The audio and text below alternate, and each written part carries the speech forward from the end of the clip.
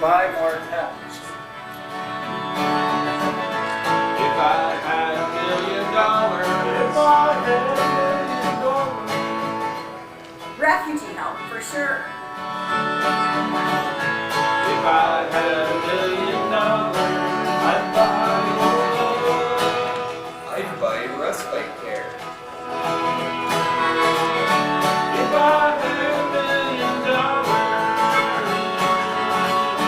If I had $1 million.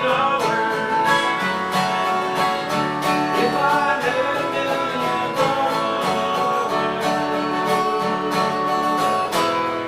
We'd share more love.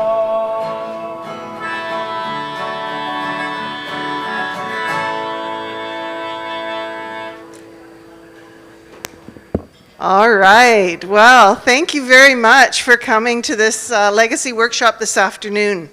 I am really pleased that you're here and that these folks are here as well. I consider these three gentlemen probably some of the most competent people in our region about this topic. There's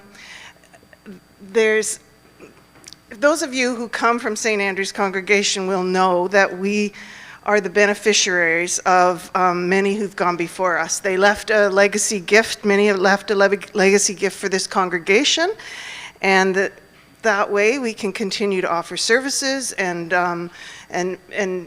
various things that we're able to do because those people left that for us. And now it's time for us to step up. And it's time for us to give this some thoughtful consideration. We're going to sort of explore how we make our money work harder to do good things in the community. How can we more effectively contribute to the community and after we're gone or even while we're living? And so it turns out that 50% of Canadians don't have a will. And so we've asked Mike Forcier. Here's Mike right beside me here. And you may know Mike already. He's helped us out in the past. Thank you so much, Mike. He's a neighbor just on 2nd Avenue East. And he's a seasoned lawyer, and he has lots of experience with wills, estates, and I think you're going to do something on power of attorney a little bit today. Just a bit, yeah. And so he's going to speak first because a lot is premised on a will. And then we're going to give each of the speakers 20 minutes. Not much, I realize, but each of them will have 20 minutes. We've sent some questions ahead of time, and so they are going to answer those questions either directly or weave them into their presentations. And then in the second hour, we're going to break into 3 different groups, and those groups you can join whichever group most suits your additional kind of questions or interests. So that's how we're going to structure the next 2 hours. We'll finish up about 5 p.m. There's coffee and nibblies. Just help yourself at any time. For those of you who aren't familiar with where the washrooms are, you go out that back door and go straight, and they're on your left. Before that, let me introduce you to the other 2 speakers. Our second speaker is Willard Vanderploeg, and Willard, you may already be familiar with Willard because many of us will have had friends, loved ones who've passed away at the hospital. And so if we've given a donation, it's probably in some way or another gone through Willard's hands in the facilitation of hospital funds. And so he has been there for, you said, 13 years? 22 years. 22 at the hospital. So let's say that he has lots of experience in helping us help people give charitable donations intelligently. So we're looking forward to that. We already heard, our stewardship committee heard from Willard at one point, and I went away with lots of good information. Likewise, Stuart Reed at the end is from the Grey Bruce Community Foundation. And on a personal level, this has been a sort of like a aha light bulb moment for us. Doug and I knew there was a community foundation in the region, but I didn't realize the scope in which they have, in which the community foundation sort of helps the community. In fact, St. Andrews has been a beneficiary of community foundation funds. So I'm looking forward to you sharing a little bit more about that. And with that, I'm going to let Mike take it away. We're going to project the questions really briefly of what we asked him. So, just you could answer all those, can't you, Mike, in real quick time, in 20 minutes or less. And then I'm not going to introduce Willard or Stuart. Just come up. I'll give you the high sign maybe at 3 to 5 minutes before your time. Okay? All right. Thank you.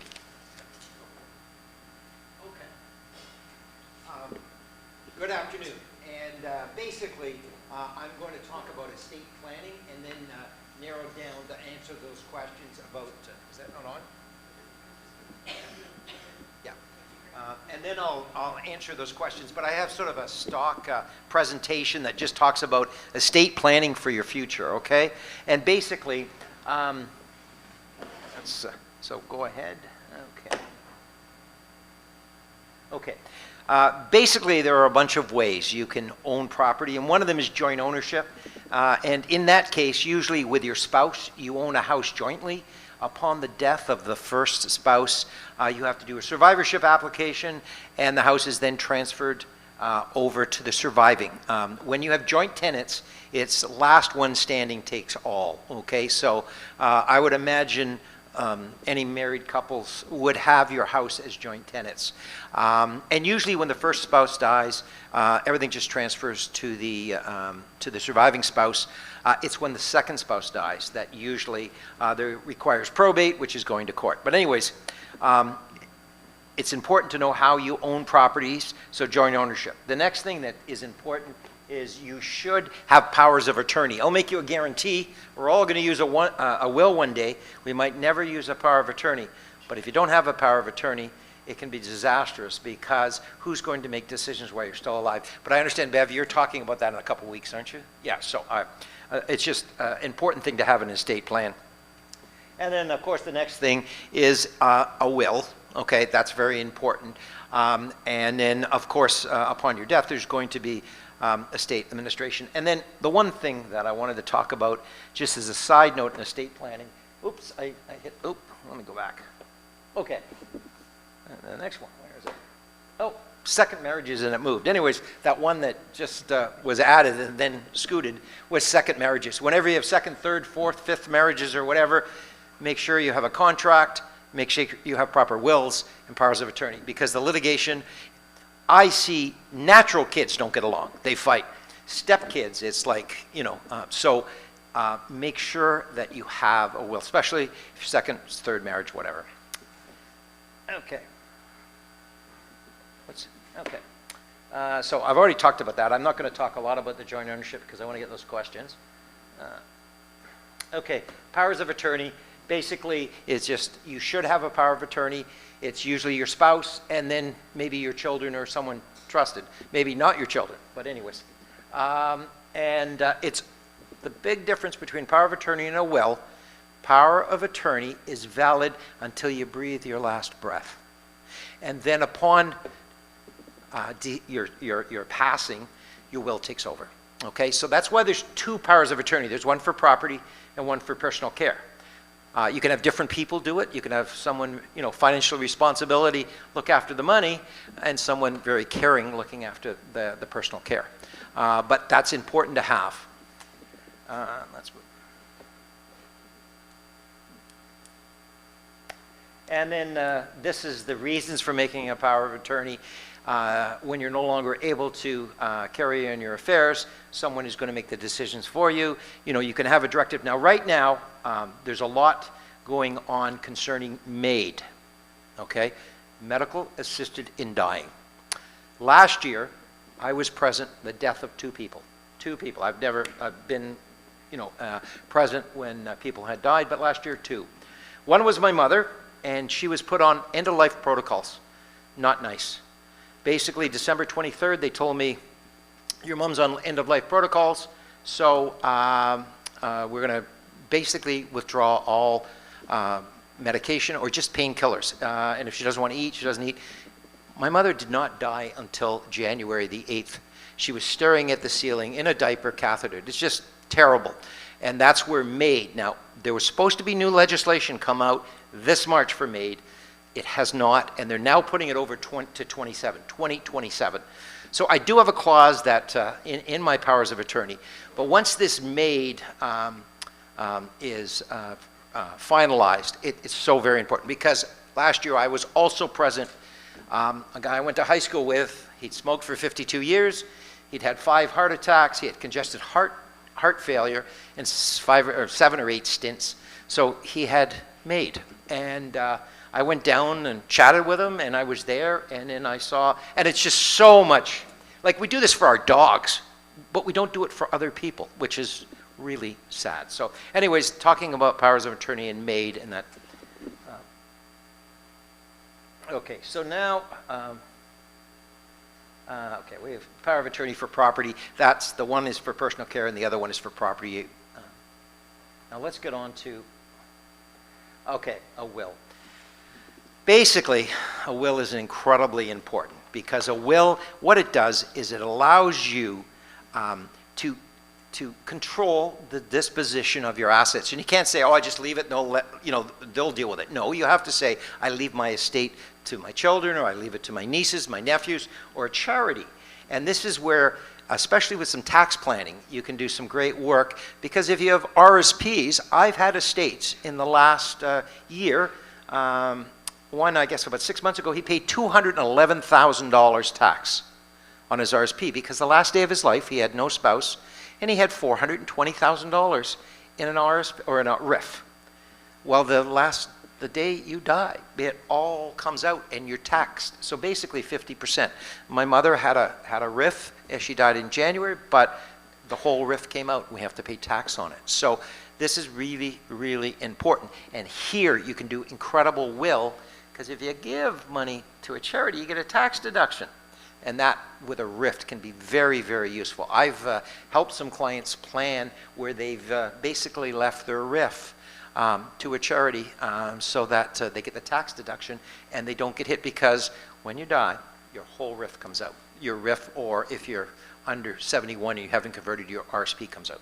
Okay, so that's just important. Now, okay.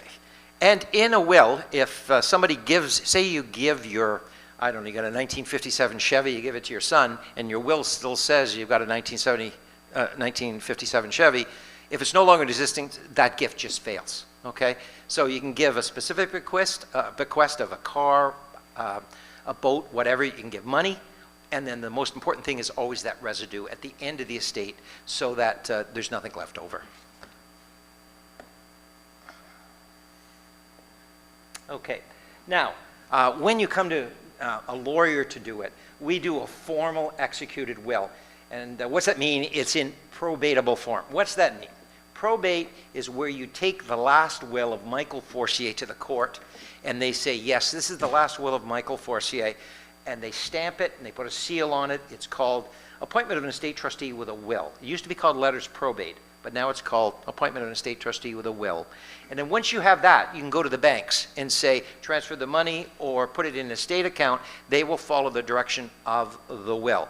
The reason that they want probate is a court, once there's probated will, if there's a mistake, if it's the wrong will or there's another will, the court just says, the bank just says, I followed a court order, and then you have to go work it out. So that's why banks often say, no, we need probate, okay? And especially if it's a sizable amount of money, and usually anything over 50,000, often under 50. But lately, since COVID, they haven't even been allowing those through. They're asking for probate all the time. So it's just an important thing to know. Now, when you sign at my office, there's 2 witnesses. We then do the affidavit of subscribing witness, and that's in probatable form, or solemn form is what we call, and it can go right to the court. So I have like 1,000 wills sitting in my safe, all with the affidavits all done, ready. If someone dies, it's ready to go to court, okay? Witnesses cannot be beneficiaries. If someone is a spouse of someone that's getting something in the will can be void. So it's very important to have a will done properly. If you haven't made that will, and you know you're going to pass in the next couple of hours, you can write out your will. Is the best way, handwritten will. because trying to find somebody to come and execute it, and at the last minute, there's a famous case from Alberta. A guy was out plowing his fields, and he got caught in the tire, and he got crushed by the tractor, and it was fatal, okay? But he was still alive, so he scratched on the fender, "I leave everything to my wife." And he signed it. They actually took the fender in and probated it, because if it hadn't been probated, the money would have been held in trust, and there was a whole bunch of children, and it would have been, so it just made so much more sense to go to the spouse, because she would have the money and be able to use it.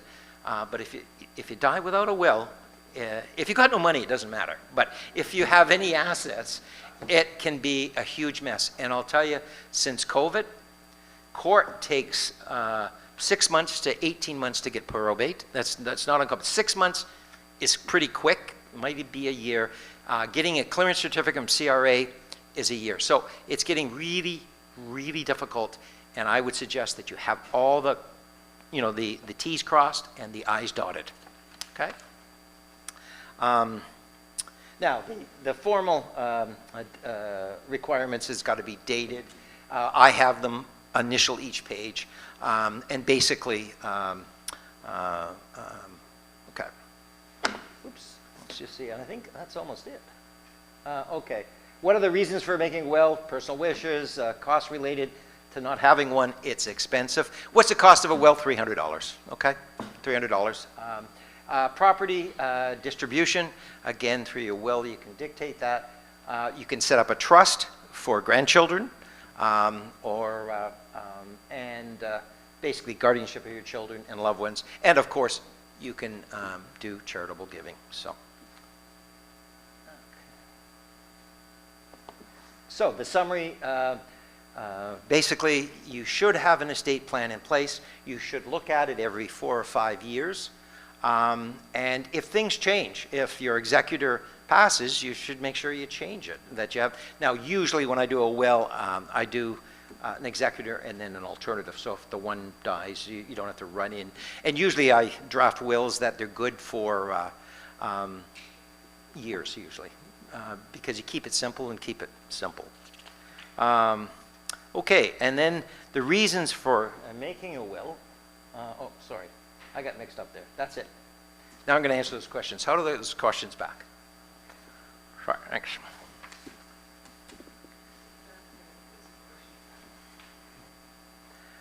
Okay, I think I've sort of talked about when you pass away without a will. The other thing I want to talk about is when you have a will, the will is valid from the moment you die. Okay, so if you contact your lawyer, or you bring the will in, or the lawyer will give you notary copies, you take it to the bank, and the bank will then give you the information, and then you have to do probate. If you don't have a will and you die without a will, your power to deal with the estate only happens when the probate is granted. So that means you wait 6 months for the court to get to it, okay? Because that's how long it's taking in court, about 6 months. It is speedy right now to get probate. I mean, 6 months, nothing gets done if you die with a will, because the will allows you to work from the day the person passed, because you have a document. It just hasn't been probated by the court, but they do have a document. So that's a really important. And the other thing is, it's really important to make sure your beneficiaries know about your will, where it is. And I really sort of suggest you even mention it to your kids and talk to them. What is the probate? Okay, I think probate, and the probate fee is 1.5% on anything over $50,000. The first 50, there is no probate fee. Once you get over 50,000, it's 1.5. So it's $15 per thousand. It's not huge. And sometimes I see people trying to get around probate fee. Oh, we'll put the house in a whole bunch of the kids' names. And then the kids get into trouble, and mom and dad lose the house because the kid didn't pay so there's things you should always be careful. And I wish I only paid 1.5% tax, but to live in Canada, you got to pay more. But anyways, that's the probate fee. So the next, if I leave a bequest to the church, does it complicate delays? No, it does not. It's simple. The executor would have releases drawn up. Now, the probate fee, when you do probate with a court, you don't just take everything to the court and submit it. You have to serve every beneficiary that's in the will. So everybody's got notice about the will, and that's when they get to contest it, okay? And it has to sit for 30 days before they will finally grant it. After you first apply for probate, there is a 30-day wait list, waiting in it.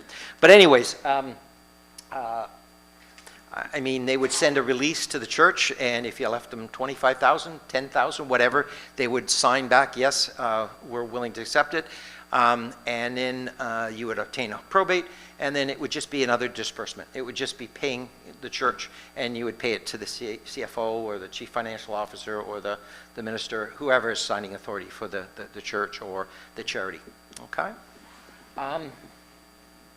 I've already told you, well, $300. What's the difference between using a lawyer and online versions? Online versions are great if you're a litigator, because I've only been a lawyer 38 years. I go back to school every year for at least a couple of days on estates. That's all I do. And I get a daily news feed from Holland Hall, which is one of the leading estate litigating firms in the country. So there's news flashes every day I get. Things are constantly changing. Go online. You can do it online, but it's pretty easy to make a mistake. And I don't know, for $300 to have the expertise, I'd suggest going to a lawyer to do it rather than you do it yourself. And it's done right, and then if it's not done right, you got someone to sue. So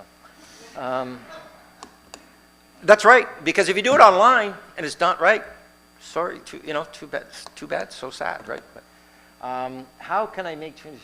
Now, there's a thing called a codicil. And if you just want to change one thing in your will, usually you do a codicil. Now, and a codicil is $150, okay? It's changing it properly with the proper witnesses and affidavits and all that. And often, if somebody wants to change something minor, thank God for the work of data processing and that. I usually just do a new will, because it gets very messy when you do a codicil. The will date, you have to go, the will date is such and such, and the first codicil dated this date, and the second codicil date, and the third codicil, it can get real complicated. So it's usually just easier to change the will. But I mean, a simple change is usually about $150. So, okay? Those are all my questions, eh? Do I still have time? Yeah, hey, I got 5 minutes, 6 minutes. Okay. Just an easy one, Michael. You mentioned RIFs and RSPs on death that are subject to tax. If you have named beneficiaries on an RSP or RIF or death, does that tax take place regardless of whether it's beneficiaries? I know that you get a break, but you got to talk to an accountant. I'm sorry, I just, you know what I mean? If it passes to a spouse or a minor child, there would be no tax. Otherwise, it's taxed. Oh, for the RIF? Oh, yeah, oh, sorry, I thought you were talking about the church. Yeah, a RIF. Yeah, a RIF when it comes out from that spouse. If you keep remarrying, or common law, you can keep it going, but. Do you want to be up here, or do you want to sit there? Oh, you're going to say? Okay, I see that there are questions, and we're going to have a breakout time after. So I am going to move it directly. I recognize that, just as soon as you get information, you have more questions. So Mike will be going into a one room, and Willard also, and Stuart. So I'm going to ask you to hold your questions until that time and go and be with that person that's most appropriate for you. Hey, do you want this? Are you doing a? Yeah. Do you want me to change it? Oh, it's fine. Okay. Well, hello, everyone. And I'll just say thank you for coming to our workshop today. What a fantastic thing to do on a wet, cloudy, rainy spring day. It really is a pleasure to come and just speak for a few minutes about what I do, and largely that's around philanthropy. My name's Willard Vanderplug. I'm charitable giving advisor for 5 hospital foundations that support our Bright Shores hospitals in sort of northern Grey and Bruce. I've been working at the Owen Sound Regional Hospital Foundation 17 years, doing legacy giving and some major gifts, and moved a little sideways about 6 years ago to serve all of the sister foundations with legacy, so wills and estates and things like that. Really has been a wonderful move. It's been such a pleasure to get to know the other communities and work away a bit at that. Really what my job is about is encouraging, facilitating, making happen special gifts in support of our hospitals. And that has some economies of scale because we're doing it across a number of organizations that are, well, related but still independent of each other. So there's a little bit about me, and this is Tsunami, the giant schnauzer. Stuart Reed and I both have schnauzers at home. Mine's a little larger than his, though. On behalf of my hospital foundations, I also do estate administration. So when someone passes away, there's a gift in an estate. I'm the one that is dealing with Mike and with the estate trustee in realizing that donation, recognizing it, saying thank you, and so on. That's something, a little piece of my job that I'm always quite interested in doing, and is a bit of fun to see that gift finally realized. And then lastly, each of my foundations has an endowment fund. That's where the capital of the gift gets invested permanently, and it's the income that's earned in those investments that supports the hospital, supports the charity. So that's just maybe another means of making a gift.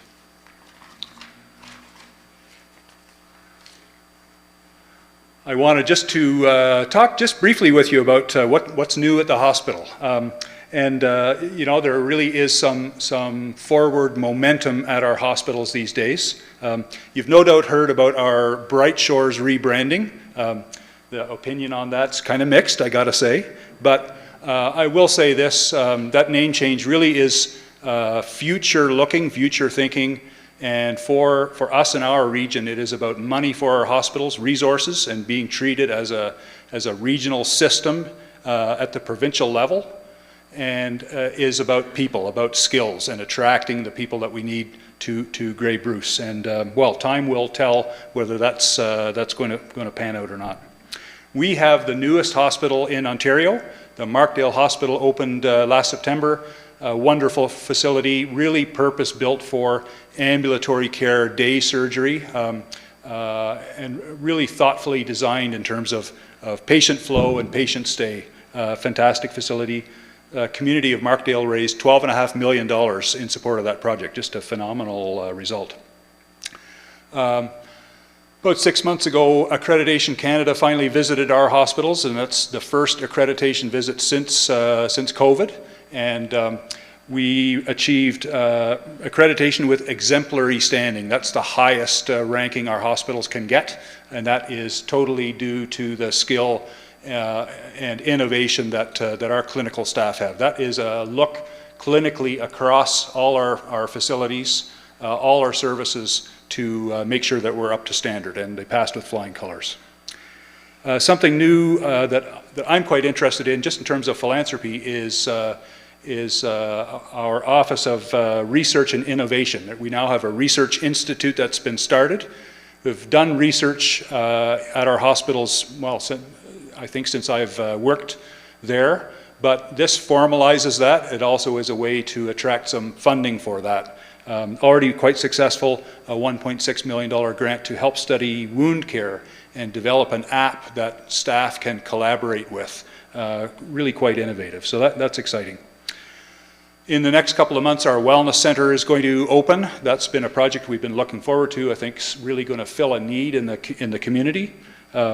Some really nice features about that. And maybe the most exciting thing in terms of shaping what I do, what our foundations do, is the hospital is now in the middle of doing something called grand planning, where it is considering each of its programs, where it's offered, how much service is available, where areas of growth are going to be in the future, so that they can deal efficiently with people that are going to live here now and in the future. So thinking about population growth and things like that.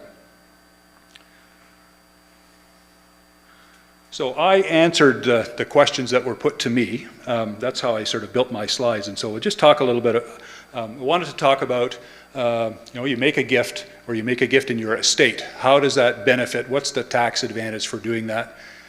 Canadians tell us that that isn't a really big motivation for why you do it, but it is there. And I guess I think, if you can take and redirect some of that tax and spend that in a way that's important to you, that's a really good positive thing to do.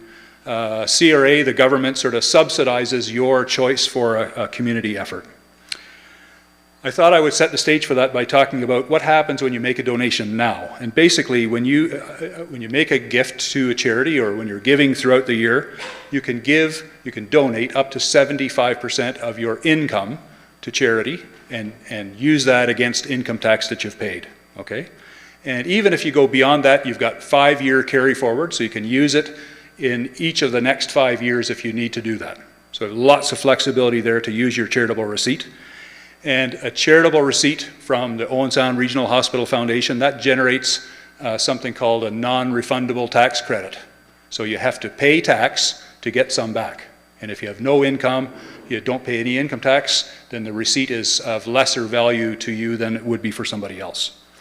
And it costs Ontarians about 55 cents to give $1 to charity, by and large. More or less than that, depending on how much surtax you pay. But as Mike says, when you pass away, your RIF is deemed, there's a deemed disposition, and that many times puts an estate up there in terms of tax bracket. So there's really good incentive to give from your estate. In Canada, we really don't have estate taxes per se, only probate fee. So as Mike said, about 1.5%, that's our estate tax in Canada for the moment. And I think definitely the trend has been for government to be looking more and more at taxing that. Yeah. So as Mike said, the day you die, there's this deemed disposition of your property, of your wealth, your assets, your RIF plan, your cottage, which has maybe had a capital gain. All of that becomes, your RIF is income that you've never paid tax on. And then if your assets have gained value over the years, you will have capital gains to pay, in addition to your regular income. And so that's maybe some of the incentive to give.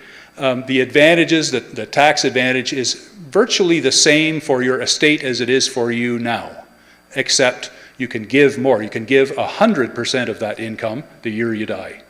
So it's really possible, if you do this thoughtfully and maybe with some help planning, you can very much work a way to eliminate any tax that you might face if that was your intention to do that. And I'll say we have lots of flexibility in terms of using that charitable receipt. You can give 100% of your income the year you die, also the year before, retroactive 1 year. So your trustee can refile for the year before you die if you've paid income tax and recoup some of that money that you've paid. The receipt can be used in as many as 6 years. So again, lots of flexibility in terms of realizing that tax advantage. And when we talk about a testamentary gift to a charity, that's a gift that's made by will, but also a gift that you might make with your RSP or your RIF plan. That's the 30-second bequest, some people call that. With life insurance, all of those things are considered testamentary testamentary gifts. I also was asked to talk a little bit about what kinds of things can you give. So, typically a gift in a will for us, that will be a certain amount of money or a percentage of the residue of the estate, as Mike's talked about. But those gifts come in different forms. You can give cash. Sometimes, and this is becoming very common now, people are donating securities in kind. And it's also possible to gift an asset, either to a charity or to a child or another relative. So cash is exactly that. It's writing a check or cutting a bank draft in terms of making that gift. Gifts of securities, we're generally talking about an in-kind transfer from your brokerage account to a charity's brokerage account. And it's possible to do that gift in kind. We started doing those transactions 25 years ago or so, and at that time they were gifts north of $25,000 worth of securities. Now, if you were to do a year-end donation and you were making gifts of $500, that would not be unreasonable to gift that in the form of securities to your charity of choice, if they could accommodate that. So that's becoming more common all the time. Some risk around, mostly for the charity, around thinly traded securities, where the volume of trading isn't significant. There can be some issues with redemption, and most charities receiving stock will want to redeem those instantly, so they're not trying to time the market. That's generally how it works.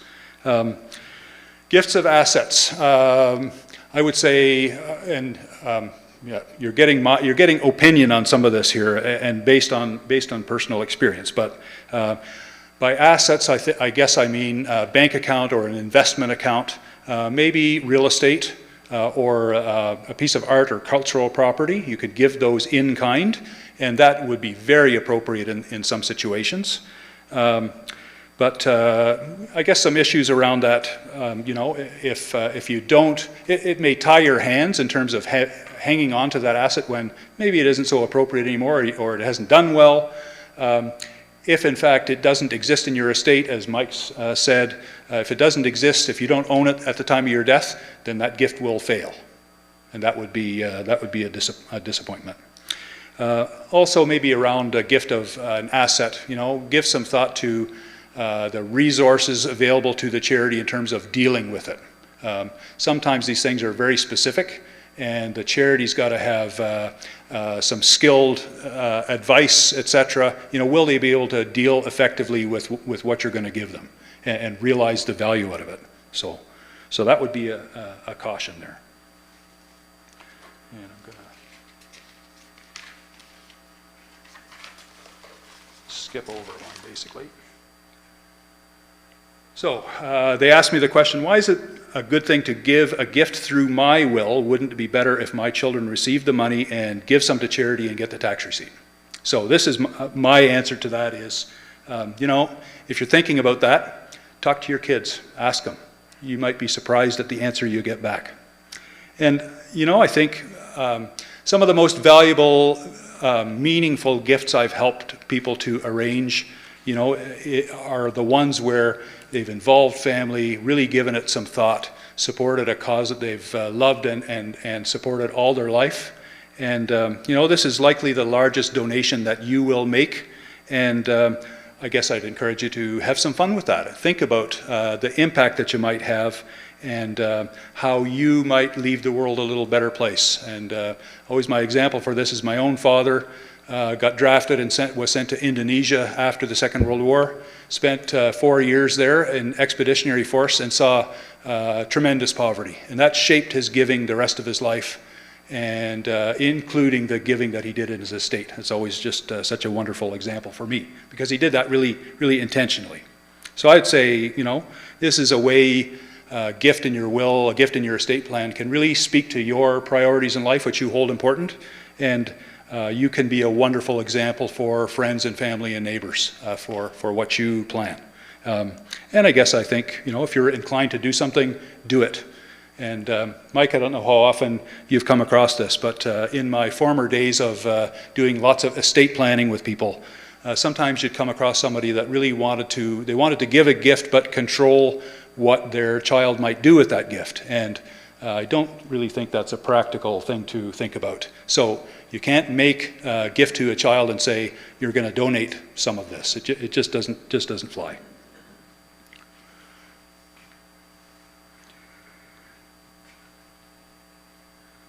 Next question was, if I want to give to the church before I die, what strategies could I use that would help maintain financial health but see the blessings of my gift in my lifetime? Great question. And here, I haven't gone into any detail with these, but just a couple ideas. There's something called a charitable gift annuity. I was at my national conference last week in Ottawa, and I had a chance to have a coffee with a former supervisor of mine. He's the king of the gift annuity in Ontario. It is an arrangement where you give some capital to a charity. There's an immediate gift of about 25% of that capital amount, so it goes to work right away doing something for the community. And you receive a guaranteed, tax-favored, pretty competitive income for the rest of your life. So that takes all the worry about reinvesting away. Not appropriate in every situation, but if you've got an asset that you're comfortable being without because you're going to give this away, and you need some income you can count on, not worry about, it's always going to be there. This is a wonderful arrangement. Presbyterian Church does issue these, and the alternative would be virtually any life insurance company will have a commercial product that will do. Really nice arrangement for you and for a charitable organization. The other thing that we're seeing more and more of, and Stuart will be a little bit involved with, is something that I'll call a family philanthropic fund or a donor advised fund. It would be a way to give some capital. Generally it would be with your sister charity with your financial advisor. Many of those companies, providers are doing this now. That gift is invested permanently or not. Sometimes the capital is spendable too, but you have some say over the years of time in what charities would benefit from some of that income and some of that capital going forward. And the nice feature of that is you can do that yourself, but maybe you make that a family project and you have a family meeting once a year and you say, now, which charitable organization, what work are we going to benefit this year? And you really get a chance to see what your gift can do, what the power of that is. Really valuable method of giving, I think. I talked a little bit about endowment. That's something that our foundation, hospital foundations do. Maybe limited because you've got one place to spend it, but the power of endowment is over time. So Owen Sound Hospital Foundations built an endowment over the past 28 years. It has already given $9 million to the hospital for new medical equipment. So you don't make a big splash right away, but it's in drips every year. That's the idea behind it. Really quite powerful over time. What's my time looking like? Okay. Next question was, what are some strategies to help family remain comfortable while still giving to something, to causes I feel some passion for? Again, opinion here, but one, I guess, seasoned over many years, I'll say, talk to your children about their needs and expectations, and the answers that you get might surprise you. And I think maybe the biggest challenge I've seen over the years where we've had estates in litigation, there isn't a happy ending for anyone in that situation, I dare say, and being open and communicating is largely, I think, a way around that. And met many people over the years, they've had some issue that they couldn't seem to bridge. It put them off making their plans, put them off going to see Mike, and I think talking about it is a really good first step. And I think even if you have some help to do that, there isn't an issue that you won't be able to get past. And I guess hand in hand with that, doing a good job at planning. So, taking care of everything that Mike talked about, planning well, having a good up-to-date will that's relevant to your situation. Powers of attorney are really good. Think about end-of-life wishes and talk with your family and friends about that. It's good to have the documents in place, but also, have the supporting documentation there too. I, years ago, had an estate give us a considerable gift, and it was maybe about 10 years later, they found an old stock certificate. We got another $6,000 from that estate. But that's because the information was hived off and in dribs and drabs, disorganized. And so, having things well organized, file with everything in one place, really is a blessing for your estate trustee, just in terms of how that work goes. I wanted to tell you quickly about an idea called a child called charity. So many people will leave a gift for charity in their will. It'll be a fixed sum of money or a share of the residue of your estate, 10% of the residue of your estate, biblical. Again, I've seen gifts over the years where somebody's had 4 children. Instead of dividing the estate into 4 shares, one for each child, they would divide it into 5. Charities get a share, each of their children get a share. And I've interacted with families enough to know, even though it's essentially the same thing, the math is the same, but kids are impacted by that. That's a really nice idea. So I encourage you to think about that in your own situation. Finally, they asked, this is a question I think they asked all of us, but what are some of the common mistakes in will writing and legacy giving? Well, again, my opinion, but I think the biggest mistake is essentially not getting it done. Not being able to face your mortality or not being able to get past an issue. But get yourself some help, think about it, talk about it, and get it done, because you don't do this for yourself, you do it for the folks that survive you, for your kids and your grandkids. In terms of legacy giving, yeah, I've seen lots of things over the years. I guess I'll encourage you, if you plan a gift in your will or using your RIF, tell the charity about that. We're always interested to know that, of course. That's my reason for existence, the reason for my paycheck. But I will say it is a step in becoming more intimate with that cause and the work that's going on. That's going to give you some value out of that relationship, I think. And it gives us, as a charity, the chance to say thank you, because that isn't going to be possible after that gift gets made. Maybe the next would be giving a fixed sum of money. You give $10,000, but in the context of your estate, it isn't very appropriate anymore. And that happened. I've seen that happen on both ends of the equation. So it's either inappropriately small or it's inappropriately large, and that puts the charity in a really awkward position when there are other needs that are not met or not met very well. So think about that, and I guess giving a gift, restricting it too much. I'm going to give $100,000, but I want a new steeple with a clock in it. Well, you know what? St. Andrews already has a tower with a carol on, right? I hear the bells going on Thursday nights when we ride our bikes past here. Maybe that isn't appropriate, right? You're trying to drill down too fine. Let the board of directors, let the volunteers meet the needs that are current. That would be my advice. Yeah. Thank you. All right, Stuart, over to you. I'll stand up.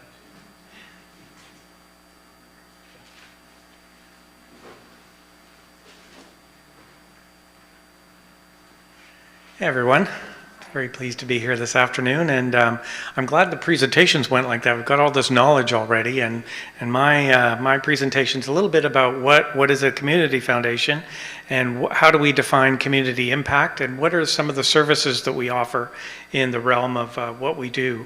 And I've also integrated a little bit of storytelling to talk about some of the projects that we're engaged in, and hopefully that might dovetail with some of your interests, or let you know a little bit about some of the ways that we're defining our impact in community as well.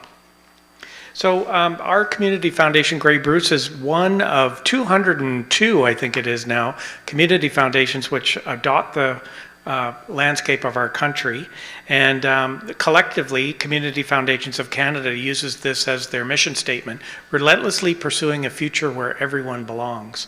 And I love that statement because it's a lot about the gesture of what we do in terms of charting a course for community well-being and bringing philanthropy to the fore and marrying resources with knowledge about community health and the way that we deploy that.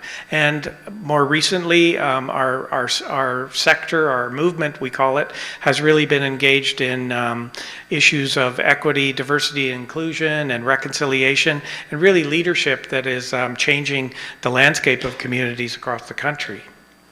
And a little map, I know it's kind of far away for you to see, but it's quite impressive when you see the landscape of Canada with all those dots there that signify a community foundation, and collectively we manage over $6 billion.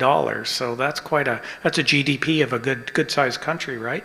And the grants to qualified donees were all over $400 million last year. And coast to coast, there's 202, as I mentioned. The graph along the bottom sort of shows the emergence of community foundations based on the timeline. We go back to 1921, I think, was the first one in Winnipeg, and they continue to flourish and new ones emerging each year. This infographic as well, it might be a little difficult to read, sort of charts the cycle of donations that we engage with, from the donor to becoming engaged, learning about what we do, making a contribution. We pool investments, so the power of the foundation is about how we bring all the money together and invest it together to make earnings. We retain the capital always. We only spend the earnings in terms of grants.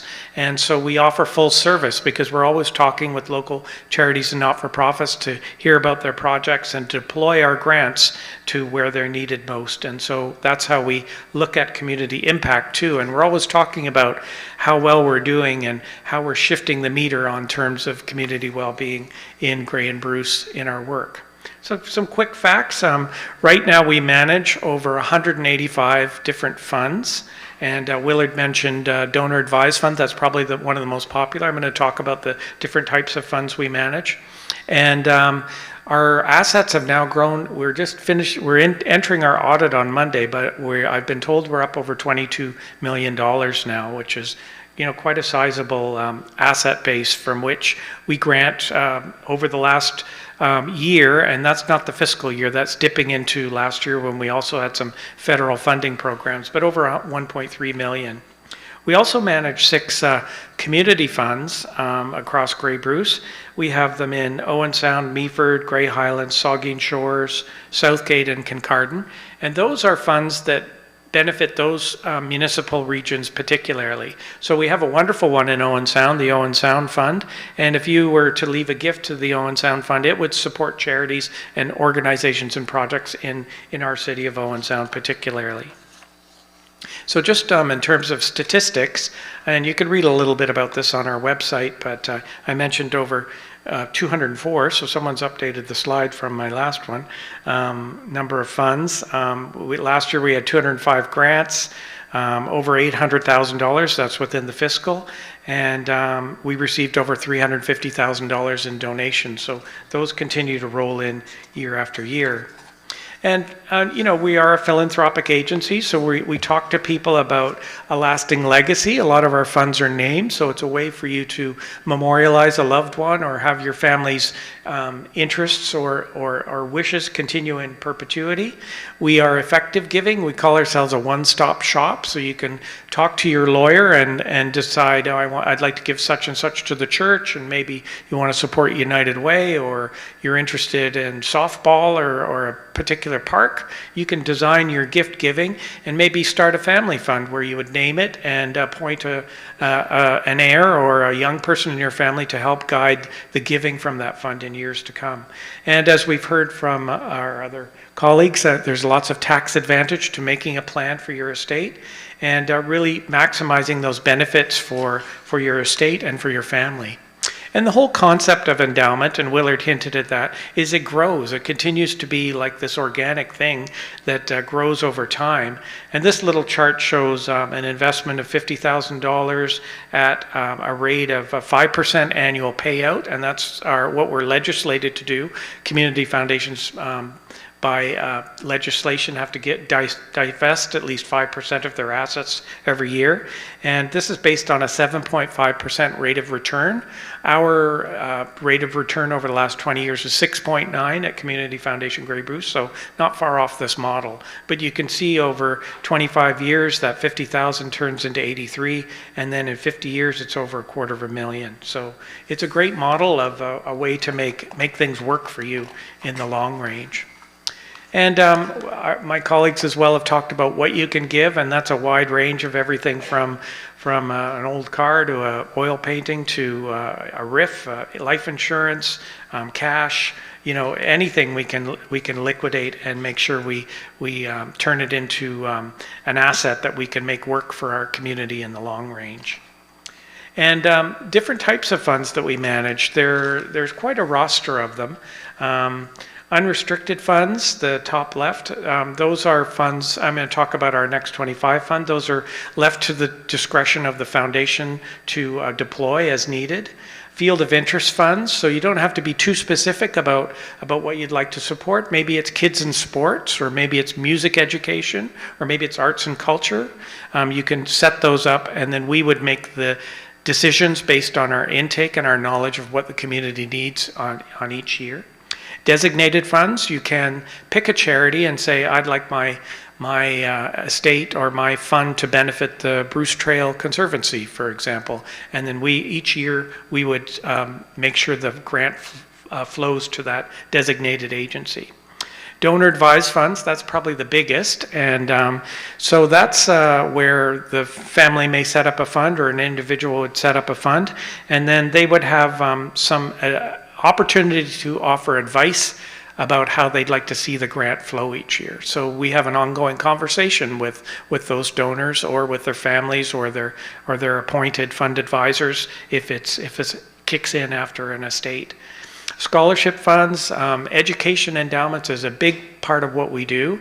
We have over $2 million in endowed education funds, and we offer quite a range of scholarships, bursaries, and awards to Grey and Bruce students to pursue their chosen education pathway. And that's a very important thing about community vitality, is giving those students support to maybe go off somewhere and have their education and come back and enrich our community with the skills that they're garnering. So a really important and compelling thing, and it's such a feel-good thing to be able to start a scholarship and to see the benefits of it and hear the stories back from that student after their year of expanding their knowledge and education. Agency endowment funds are another one. So that's when a charity itself starts a endowment to benefit their ongoing operations. So our cultural pillars in Owen Sound, the art gallery has one, the library, the Roxy, Georgian Bay Symphony, they have endowed money with us that we manage for them, and very prudently and effectively, and so that 5% is returned to them to support their operations every year. So again, a really effective way of helping out in the community. And I've listed managed funds here. We don't have any of those presently, but it is possible for us to take in an entity's assets and manage those assets for a certain fee for a particular amount of time. Maybe it's not endowed permanently, maybe it's a 20-year, or there's some sort of planned length of time for how that works. One important thing about the cycle of giving with community foundations is that by legislation, up until last year, because it's changed recently, but we can only give to a qualified donee. So if some of you belong to clubs or people that have applied to us for a grant, you know about this, because you have to have if you don't have a charitable number yourself, you have to have a sponsoring agency who will flow the money through to you. And that's a way that ensures that whatever we are giving out is supporting our charitable objects in the community, and we have oversight and transparency and accountability with all the dollars that flow. And there's a list up here of what constitutes a charitable or a qualified donee. So it's a charity with a registered number, or it could be a First Nation. All of our municipalities in Canada are qualified donees, and on and on and on. I think it's an interesting thing. Right now, as I mentioned, the legislation has changed. In June 2023, there is a new rules which allow community foundations or charities to support non-qualified donees, but unfortunately our charitable objects state that we only fund qualified donees, so we would have to change those to shift to that new realm of granting, which might be in our future. But right now, since the laws are new and the guidelines are brand new, we're just kind of watching the dust settle, see how that's all going to play out. And there's also some discussion about whether there should be a tiering of agencies in terms of their asset base and how that might affect the new granting realm as well. One thing I wanted to mention, and Willard and I are very engaged in Willpower, which is a program of the Canadian Association of Gift Planners. It's a mechanism that allows us to talk to people about estate planning and encourage you to make your will do wonderful things. And a lot of the charities in Grey Bruce have a page on the Willpower website. It's willpower.ca. Just type in Grey Bruce and all of them pop up, and we're all collaborating together on a number of initiatives to kind of amplify that message. We really believe that everyone making a gift in their will, charities and our communities are going to benefit, so we're all collaborating on spreading the word about these opportunities. We've been sending out little missives in our newsletter about there's a gift calculator on the Willpower site that lets you plug in your province and the amount you'd like to give, and helps you design and understand what sort of impact gifts of certain levels would have, help you in your planning. And there's some quizzes and wonderful interactive things that can help you and your family. Hopefully this is an intergenerational conversation. Help you design what you'd like to see your estate do. I mentioned non-restricted funds, and right now our foundation, we're 30 years old this year. We were established in 1994, and the first 30 years of our existence, we were really kind of I mentioned a one-stop shop. We're a bit of a boutique for donors, and most of our funds, almost 90%, are donor advised. So that means that the foundation itself is not able to respond to emergencies or concerns or things that we learn about through our knowledge gathering that we want to support. So we're trying to build our non-restricted funds. And so the Next 25 Fund helps us respond to community need over the next couple of generations, and we're really encouraging families and people that come to us to think about that as an option in their giving as well. Something interesting that we've just begun in the last couple of years is social impact investing.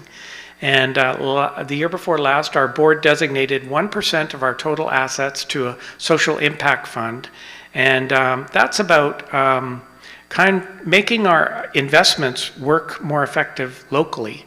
We invest the whole chunk of assets with a firm called Jarislowsky Fraser, who is one of the world's top investment houses, but that's in the global marketplace. And more community foundations are talking about how we can kind of bring those assets into home turf and invest them for a return, but also have some community give back. So that's what we're doing there. We're lending. You may have read in the paper, we recently took on the mortgage of Harmony Center, a prominent social hub and important community asset. We've invested in community bonds that are creating more capital for housing starts, so building more affordable housing. And right now we're about to announce another project that we're supporting with a loan that is about sustainable transportation for migrant workers and tourists on Bruce Peninsula. So some really interesting things that we're beginning to get involved in. And so social impact investing, I mentioned it's 1% of our total asset base.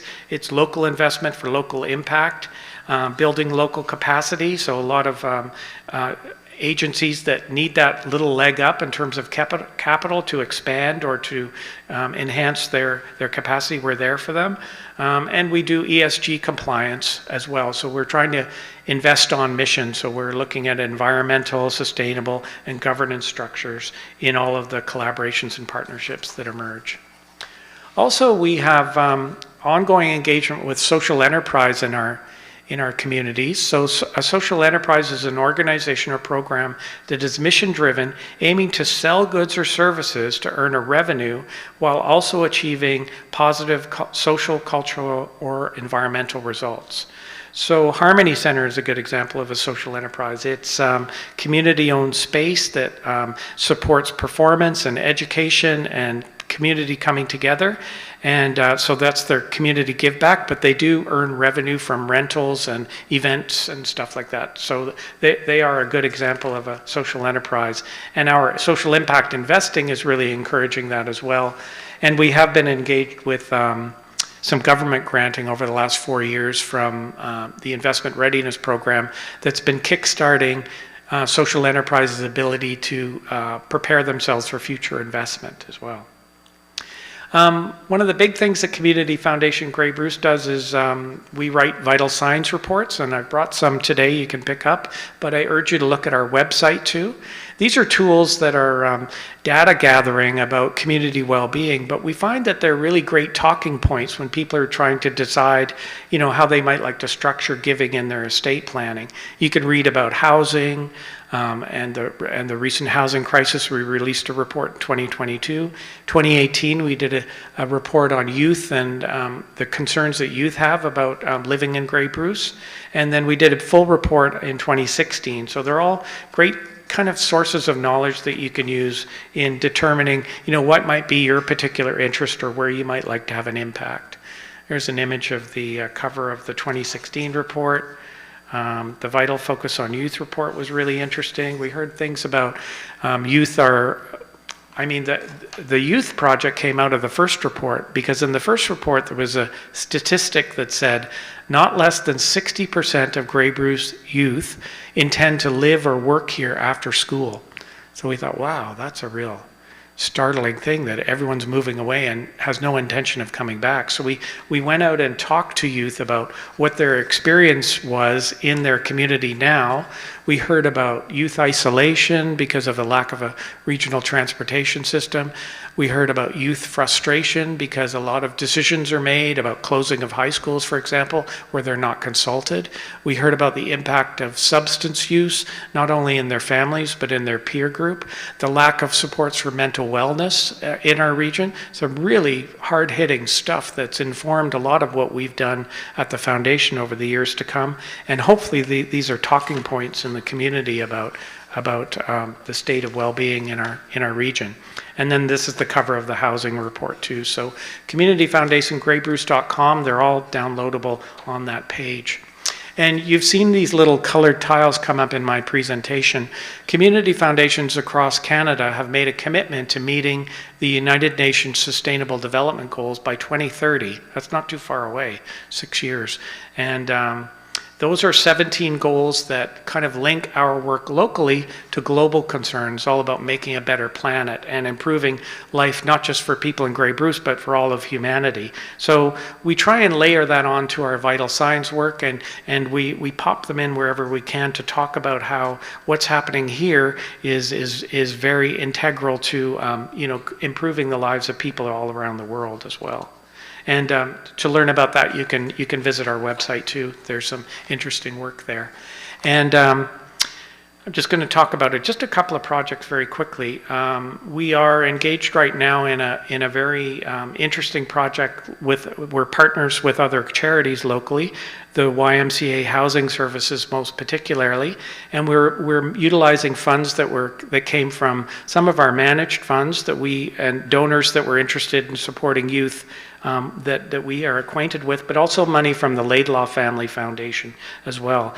And we're offering a rent supplement to young people between the ages of 18 and 24 who sort of fall between the cracks. A lot of them are coming out of care and they're not eligible for some of the government subsidies that help people transit into adulthood, and they are in precarity of being unhoused. So the Y gets them a place and they get a bit of a rent supplement from the county, and right now we're giving them an extra $300 a month that has a trickle-down effect. So it improves their it supports their rent, but it might make the money available for them to have a little bit more sovereignty and autonomy in their situation. And we hear a lot of stories about the impact of that couple of $100 means that they can make a decision to go out for a piece of pizza or meet a friend for coffee, or some of them are parents already and offer something that's really important to their child. So it's really having quite a great effect on their quality of life while they're charting their way in those formative years.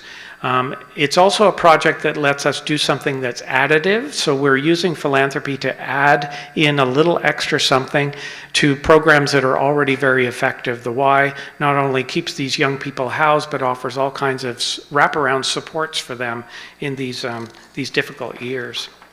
Another project, you know, it's more and more we're concerned about the environment, so I'll wrap it up.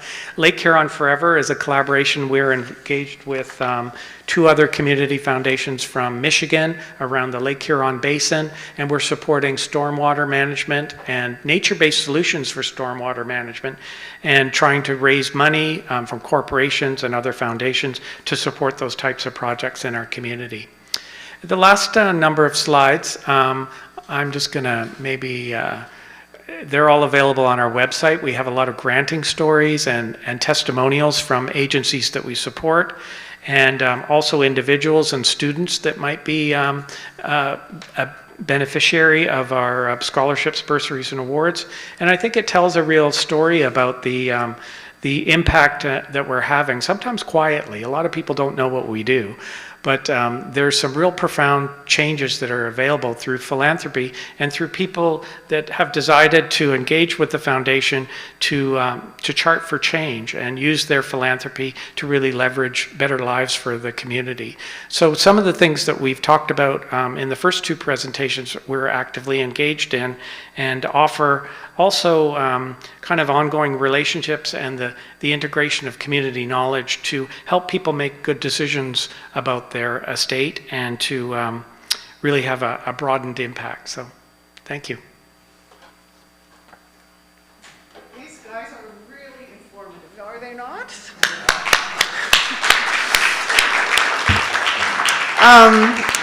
You're going to have an opportunity to grab a cup of tea and, you know, move a tiny bit here. We're going to move into 3 different groups, and Laura and David, and where's Gladys? Oh, she's here. So they are all going to be kind of paired up with one of them, and depending on what your greatest interest, I know we could probably, you know, have spent 2 hours with just one of these speakers, but hopefully it's what your appetite, and you're getting to have a bit more of a sense of, I really need to know a bit more, or I'd like to ask a question here or there.